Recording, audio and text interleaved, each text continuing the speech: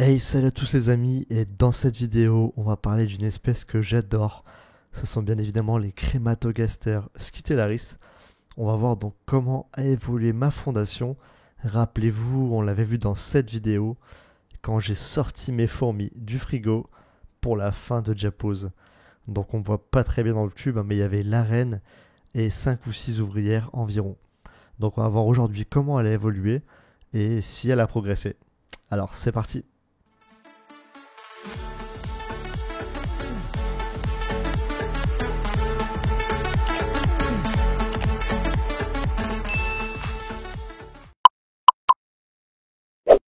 Like, partage, abonne-toi.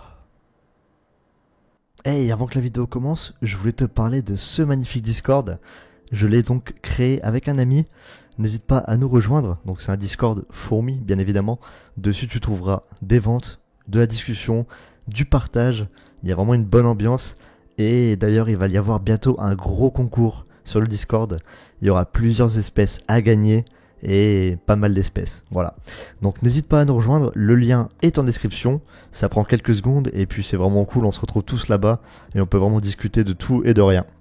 Donc n'hésite pas à nous rejoindre et je te laisse de suite avec le début de la vidéo. C'est parti. Et voici donc ces magnifiques petites Crématogaster scutellaris. Franchement, c'est une petite espèce qui est adorable et elle est trouvable en Europe et en France. Donc c'est vraiment top, hein. Elle est super jolie. Donc là, vous ne verrez pas bien, mais les prochaines générations d'ouvrières auront la tête rouge et le reste du corps noir. Donc c'est plutôt stylé. Je commence à en avoir quelques-unes avec la tête rouge, mais on le verra un peu plus dans le futur de la fondation, on va dire. Donc comme vous le voyez, je les ai déménagées. Elles étaient dans un tube bambou classique de chez AliExpress. Mais bon, en soi, ça me plaisait pas plus que ça, hein. C'était vraiment un truc de dépannage à ce moment-là. Donc je leur ai fourni quand même une aire de chasse. Et vous voyez qu'elles adorent être dedans, hein.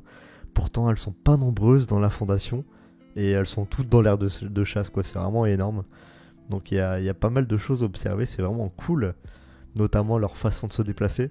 Je sais pas si vous avez remarqué les petits mouvements de gauche et droite et les antennes qui gigotent de partout. C'est vraiment tip top. Donc évidemment, elles sont toutes là puisque je les ai nourries, hein. Je leur ai mis un petit morceau de blatte et là vous voyez que le gastre de cette ouvrière est tout content. Il bouge tout seul.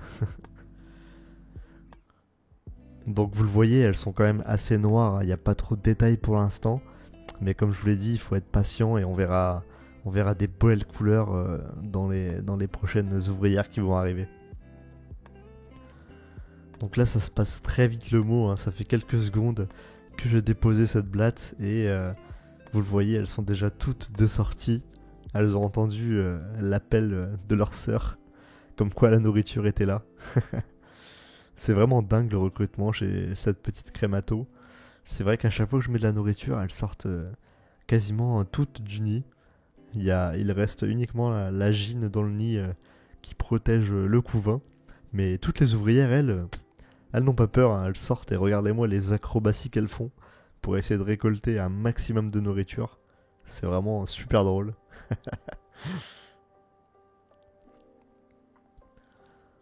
Donc comme je disais, je les ai connectés à une aire de chasse, mais je n'ai pas laissé le tube bambou, hein. Je les ai également passés en nid.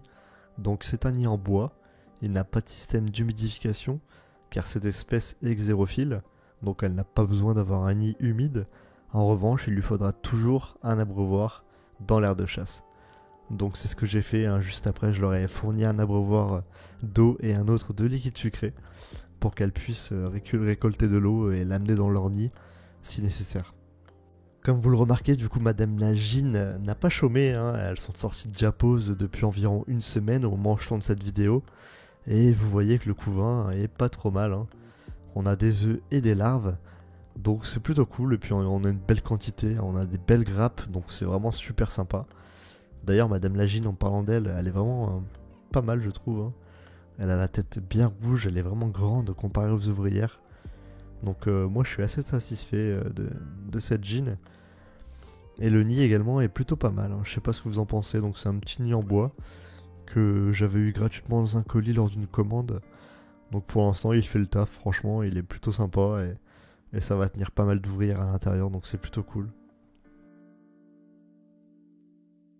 Donc au niveau de l'aire de chasse, c'est uniquement une aire de chasse de chez AliExpress. Vraiment très classique, hein. C'est une aire de chasse qui est fournie normalement avec un petit nid. Mais bon, je me sers uniquement de l'aire de chasse pour le moment. Donc vous voyez que elle est plutôt de bonne taille, hein, pour la fondation. Il n'y a pas besoin d'avoir plus que ça.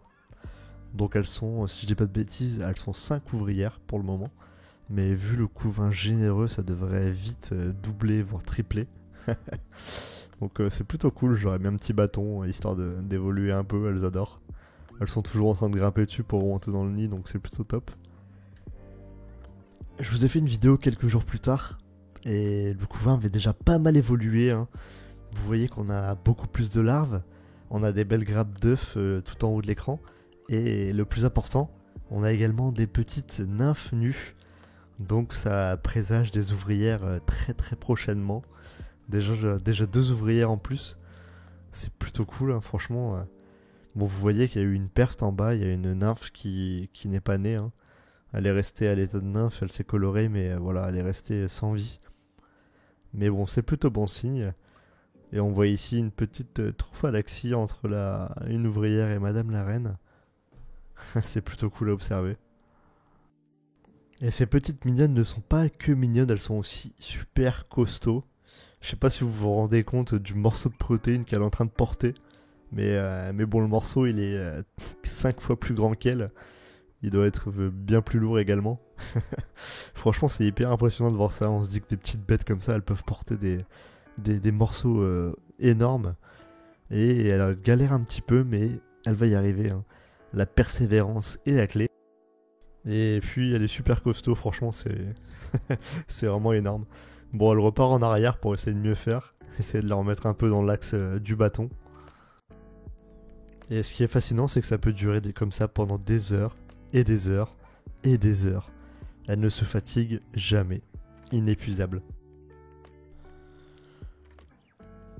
Donc voilà, ça va être tout pour moi les amis. J'espère que vous avez apprécié cette nouvelle vidéo sur cette magnifique espèce française et européenne. Moi, je vous dis à la prochaine pour d'autres vidéos. Et n'oubliez pas, petit like, commentaire et abonnement comme d'habitude pour soutenir la chaîne. Merci à tous et ciao ciao.